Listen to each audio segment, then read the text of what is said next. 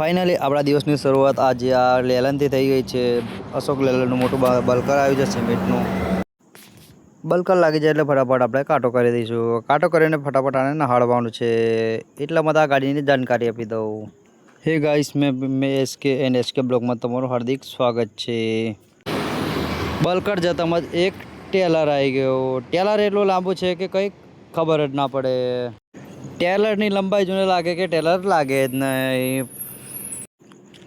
અને ડ્રાઈવર કહે કે મેં આજે હાર જ નહીં માનું. જાન જાય પણ ગાડી હાથમાંથી ના જાય.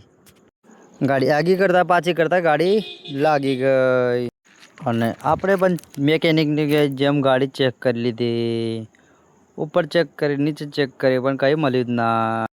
આગે પાછી કરી, ઉપર ચેક કરી, નીચે ચેક કરી, અને ફાઇનલી ગાડી લાગી ગઈ. તો ચલો ગાઈસ, આજના માટે આટલું જ હતું. Bye bye, take care.